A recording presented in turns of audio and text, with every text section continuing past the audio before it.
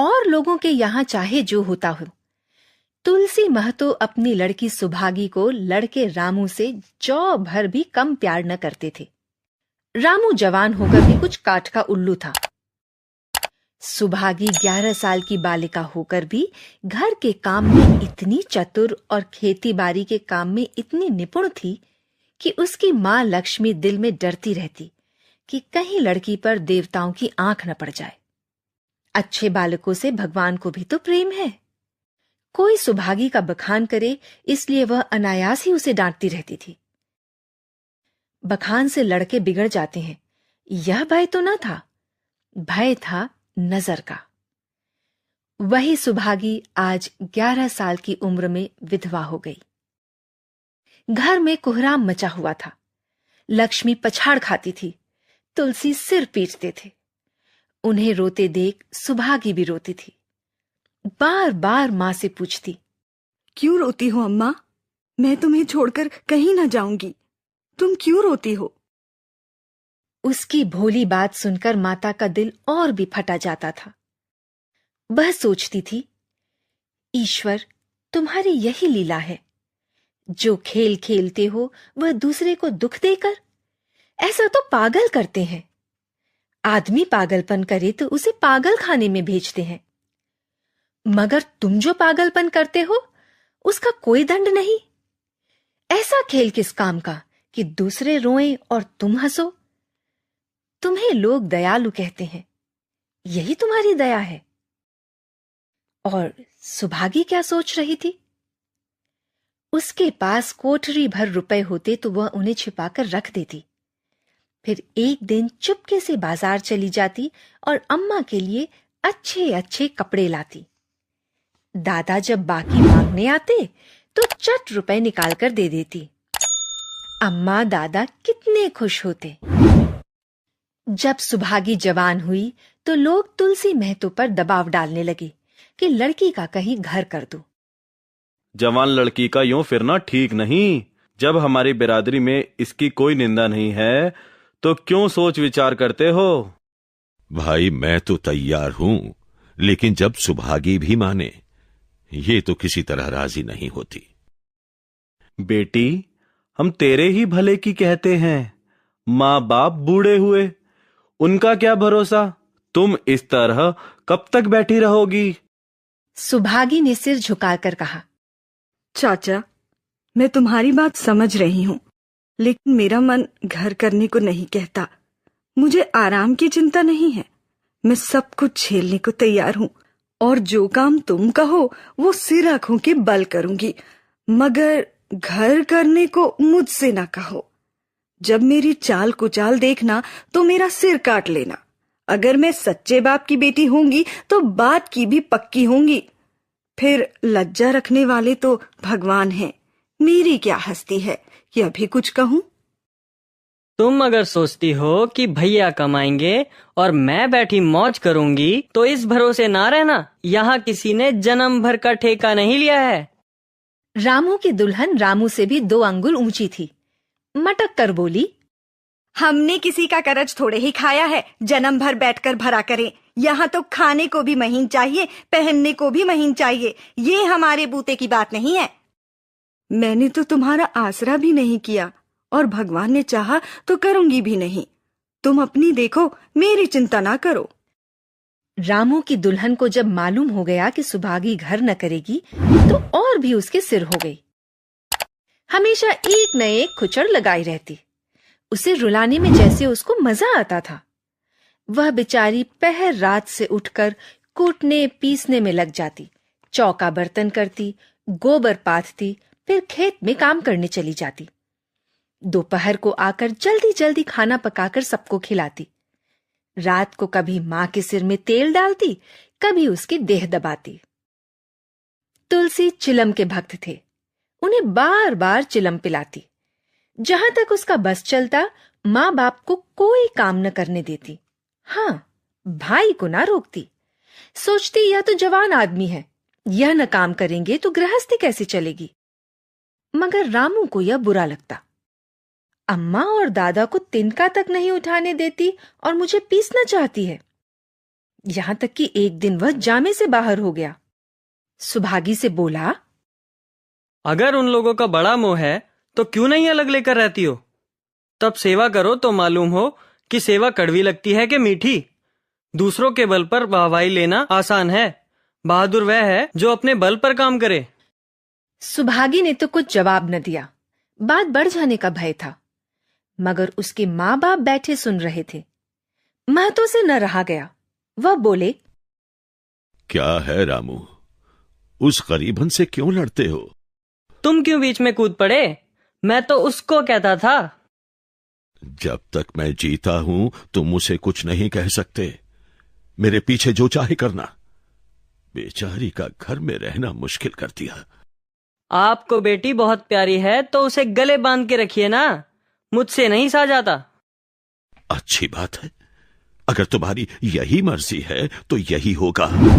मैं कल गांव के आदमियों को बुलवाकर बंटवारा कर दूंगा। तुम चाहे छूट जाओ, सुभागी नहीं छूट सकती। रात को तुलसी लेटे तो वह पुरानी बात याद आई जब रामू के जन्मोत्सव में उन्होंने रुपए कर्ज लेकर जलसा किया था, और सुभागी पैदा हुई तो घर में रुपए रहते हुए भी उन्होंने एक कौड़ी न खर्च की। पुत्र को रत्न समझा था, पुत्री को पूर्व जन्म के पापों का दंड। वह रत्न कितना कठोर निकला और वह दंड कितना मंगलमय। दूसरे दिन महतो ने गांव के आदमियों को जमा करके कहा, पंचो, अब रामू का और मेरा एक में निबाह नहीं होता। मैं चाहता हूं कि तुम लोग इंसाफ से जो कुछ मुझे दे दो वह लेकर अलग हो जाऊं। रात दिन की किचकिच अच्छी नहीं है। क्यों जी, तुम अपने माँ बाप से अलग रहना चाहते हो? तुम्हें शर्म नहीं आती कि औरत के कहने से माँ बाप को अलग किए देते हो? राम राम राम राम। जब एक में न गुजर हो तो अलग हो जाना ही अच्छा है। तुमको एक में क्या कष्ट होता है? एक बात हो तो बताऊं? कुछ तो बताओ। साहब, एक में मेरा इनके साथ निबाह ना होगा, बस। मैं और कुछ नहीं जानता। देख लिया आप लोगों ने इसका मिजाज। आप चाहे 4 हिस्सों में 3 हिस्से उसे दे दें, पर अब मैं इस दुष्ट के साथ नहीं रहूंगा। भगवान ने बेटी का दुख दे दिया। नहीं, मुझे खेती बाड़ी लेकर क्या करना था? अरे जहां रहता वहीं कमा खाता।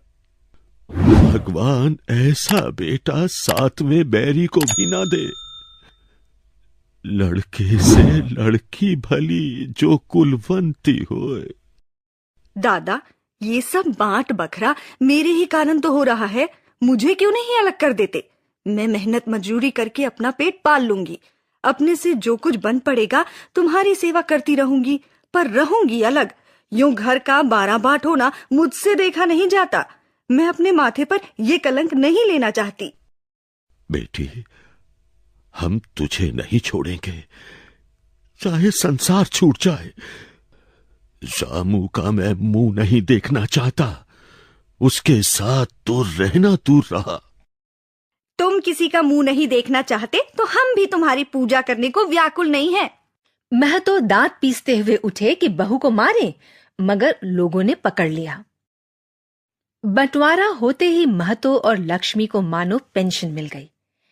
पहले तो दोनों सारे दिन सुभागी के मना करने पर भी कुछ न कुछ करते ही रहते थे, पर अब उन्हें पूरा विश्राम था। पहले दोनों दूध घी को तरसते थे। सुभागी ने कुछ रुपए बचाकर एक भैंस ले ली। बूढ़े आदमियों की जान तो उनका भोजन है। अच्छा भोजन न मिले तो वे किसके आधार पर रहें? चौधरी ने बहुत विरोध किया। कहने लगे, अरे घर का काम यो ही क्या कम है कि तू नया झंझट पाल रही है। दादा, मुझे दूध के बिना खाना अच्छा नहीं लगता। बेटी, तू झूठ कब से बोलने लगी? कभी दूध हाथ से तो छूती नहीं। खाने को कौन कहे? सारा दूध हम लोगों के पेट में ठूस देती है। गांव में जहां देखो सबके मुंह से सुभागी की तारीफ। लड़की नहीं देवी है जो मर्दों का काम भी करती है, उस पर माँ बाप की सेवा भी की जाती है। सज्जन सिंह तो कहते यह उस जन्म की देवी है, मगर शायद महतो को यह सुख बहुत दिन तक भोगना न लिखा था। 7-8 दिन से महतो को जोर का ज्वर चढ़ा हुआ है। देह पर कपड़े का तार भी नहीं रहने देते। लक्ष्मी पास बैठी रो रही है। सुभागी पानी लिए खड़ी है। अभी एक क्षण पहले महतो ने पानी मांगा था, पर जब तक वह पानी लाए उनका जी डूब गया और हाथ पांव ठंडे हो गए। सुभागी उनकी यह दशा देखते ही रामू के घर गई और बोली, भैया भैया चलो देखो, आज दादा न जाने कैसे हुए जाते हैं। 7 दिन से ज्वर नहीं उतरा है। तो क्या मैं डॉक्टर हकीम हूँ कि देखने चलूं? जब तक अच्छे थे तब तक तो तुम उनके गले का हार बनी हुई थी, अब जब मरने लगे तो मुझे बुलाने आई हो। दादा को क्या हुआ है दीदी? हुआ क्या है, अभी कोई मरे थोड़ी जाते हैं। सुभागी ने फिर उससे कुछ न कहा, सीधे सज्जन सिंह के पास गई। उसके जाने के बाद रामू हंसकर स्त्री से बोला, तिरिया चरित इसी को कहते हैं। इसमें तिरिया चरित की कौन बात है? चले क्यों नहीं जाते? मैं नहीं जाने का, जैसे जिसे लेकर अलग हुए थे वैसे उसे लेकर रहें, मर भी जाएं तो भी ना जाऊं। मर जाएंगे तो आग देने तो जाओगे, तब कहाँ भागोगे? कभी नहीं, सब कुछ उनकी प्यारी सुभागी कर लेगी। तुम्हारे रहते वो क्यों करने लगी? जैसे मेरे रहते उसे लेकर अलग हुए, और कैसे? नहीं जी, ये अच्छी बात नहीं है। चलो देख आएं, कुछ भी हो बाप ही तो हैं, फिर गांव में कौन मुंह दिखाओगे? चुप रहो, मुझे उपदेश मत दो। उधर बाबू साहब ने ज्यों ही महतो की हालत सुनी, तुरंत सुभागी के साथ चले आए। वहां पहुंचे तो महतो की दशा और भी खराब हो चुकी थी। नाड़ी देखी तो बहुत धीमी थी। समझ गए कि जिंदगी के दिन पूरे हो गए। मौत का आतंक छाया हुआ था। सजल नेत्र होकर बोले, मैं तो भाई कैसा जी है? बहुत अच्छा है भैया, अब तो चलने की बेला है। सुभागी के पिता अब तुम ही हो, उसे तुम ही को सौंपे जाता। भैया मैं तो घबराओ मत, भगवान ने चाहा तो तुम अच्छे हो जाओगे। सुभागी को तो मैंने हमेशा अपनी बेटी समझा है और जब तक जीऊंगा ऐसा ही समझता रहूंगा। तुम निश्चिंत रहो, मेरे रहते सुभागी या लक्ष्मी को कोई तिरछी आंख से ना देखेगा। और कुछ इच्छा हो तो वह भी कह दो। और कुछ नहीं कहूंगा भैया, भगवान तुम्हें सदा सुखी रखे।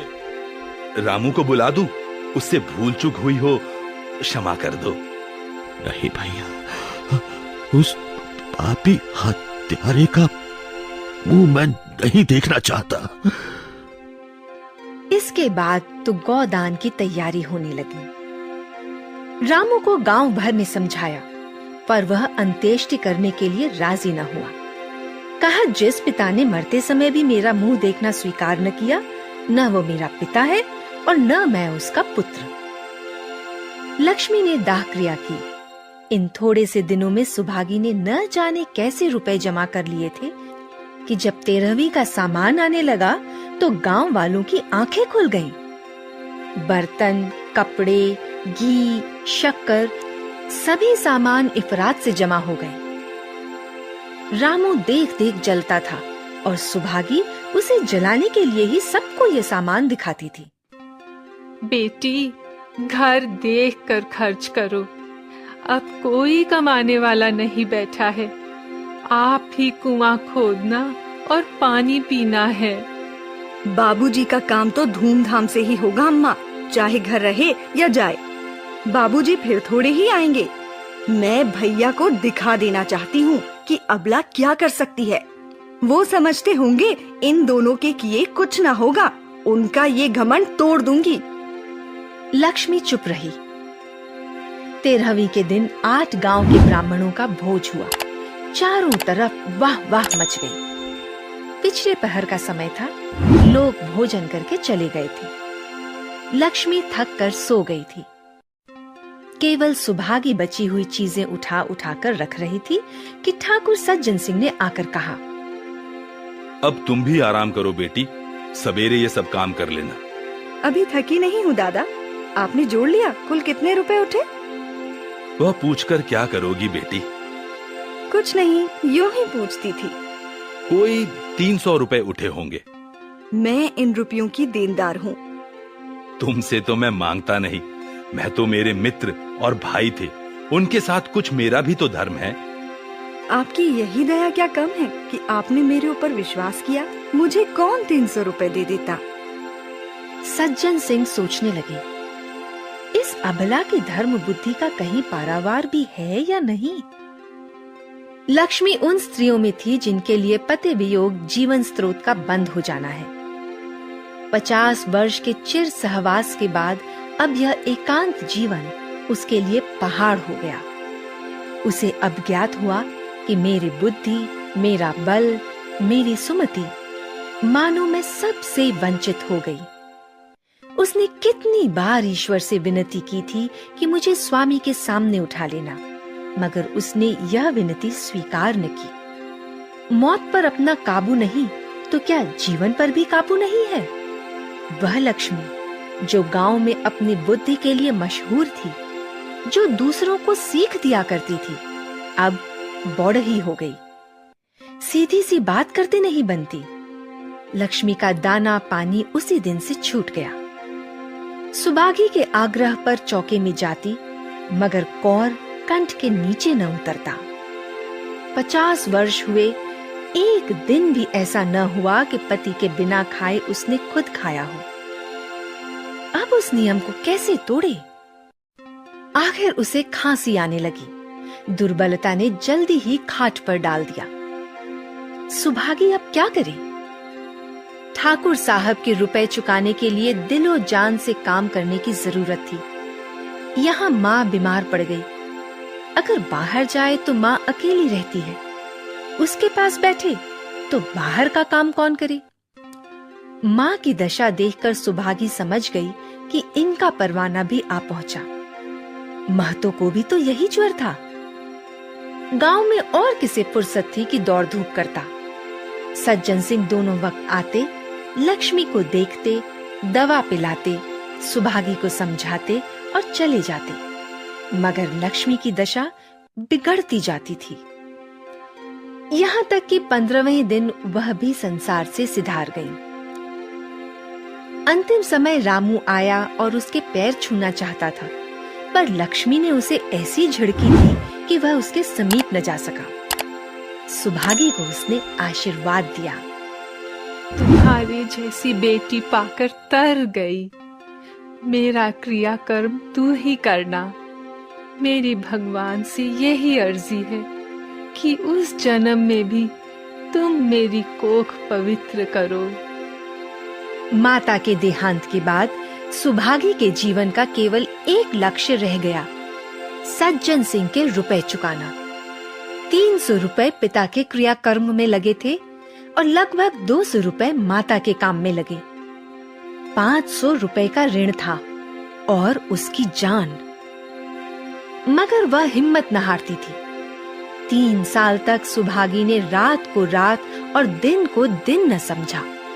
उसके कार्य शक्ति और पौरुष देखकर लोग दांतों तले उंगली दबाते थे। दिन भर खेती बाड़ी का काम करने के बाद वह रात को 4-4 पसेरी आटा पीस डालती। 30वें दिन 15 रुपए लेकर सज्जन सिंह के पास पहुंच जाती। इनमें कभी नागा न पड़ता। यह मानो प्रकृति का अटल नियम था। अब चारों ओर से उसकी सगाई के पैगाम आने लगे। सभी उसके लिए मुंह फैलाए हुए थे। जिसके घर सुभागी जाएगी उसके भाग्य फिर जाएंगी। सुभागी यही जवाब देती कि अभी वह दिन नहीं आया। जिस दिन सुभागी ने आखिरी किस्त चुकाई, उस दिन उसकी खुशी का ठिकाना न था। आज उसके जीवन का कठोर व्रत पूरा हो गया। बेटी, तुमसे मेरी एक प्रार्थना है। कहो ना कहूं, मगर वचन दो कि मानोगी। दादा, आपकी बात ना मानूंगी तो किसकी बात मानूंगी? मेरा तो रोया रोया आपका गुलाम है। अगर तुम्हारे मन में ये भाव है तो मैं ना कहूंगा। मैंने अब तक तुमसे इसलिए नहीं कहा कि तुम अपने को देनदार समझ रही थी। अब रुपए चुक गए, मेरा तुम्हारे ऊपर कोई एहसान नहीं, रत्ती भर भी नहीं। बोलो, कहूं? आपकी जो आज्ञा हो। देखो, इनकार न करना, नहीं तो मैं फिर तुम्हें अपना मुंह न दिखाऊंगा। क्या आज्ञा है? मेरी इच्छा है कि तुम मेरी बहू बनकर मेरे घर को पवित्र करो। मैं जात पात का कायल हूं, मगर तुमने मेरे सारे बंधन तोड़ दिए। मेरा लड़का तुम्हारे नाम का पुजारी है। तुमने उसे बाहर देखा? बोलो, मंजूर करती हो? दादा, इतना सम्मान पाकर पागल हो जाऊंगी। तुम्हारा सम्मान भगवान कर रहे हैं। तुम साक्षात भगवती का अवतार हो। मैं तो आपको अपना पिता समझती हूँ। आप जो कुछ करेंगे मेरे भले के लिए ही करेंगे। आपके हुक्म को मैं कैसे इनकार कर सकती हूँ? बेटी, तुम्हारा सुहाग अमर हो। तुमने मेरी बात रख ली। मुझसा भाग्यशाली संसार में और कौन होगा?